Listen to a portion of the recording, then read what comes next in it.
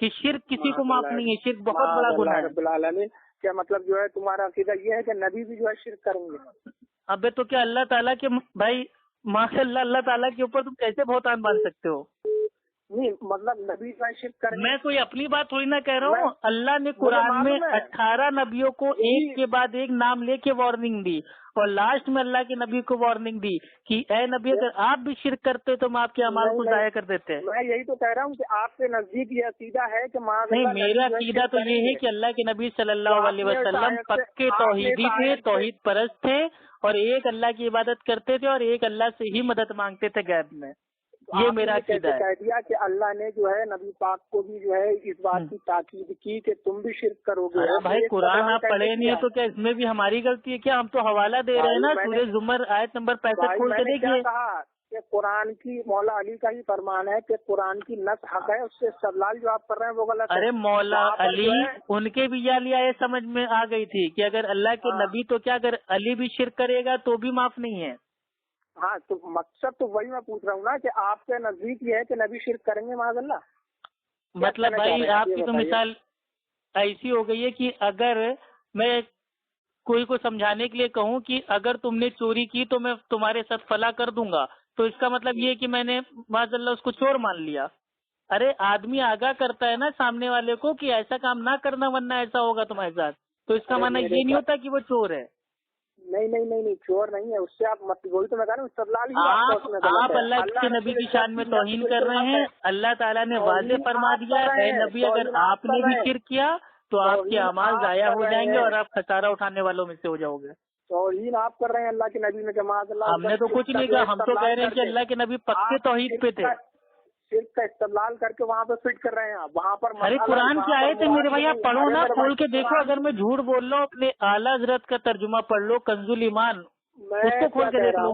سنو دوسرے کی بھی تو سن لو، سنائیے۔ میں کیا کہہ رہا ہوں، میں یہ بتا رہا ہوں آپ کو کہ وہاں پر آپ کا استدلال باطل ہے کہ اللہ نے جو ہے معاذ اللہ وہاں پر جو ہے دھمکی دی کہ تم مت کرنا، یعنی کہ اس سے یہ ثابت ہو رہا ہے کہ نہیں بات معاذ اللہ شرک کی طرف جا رہے تھے۔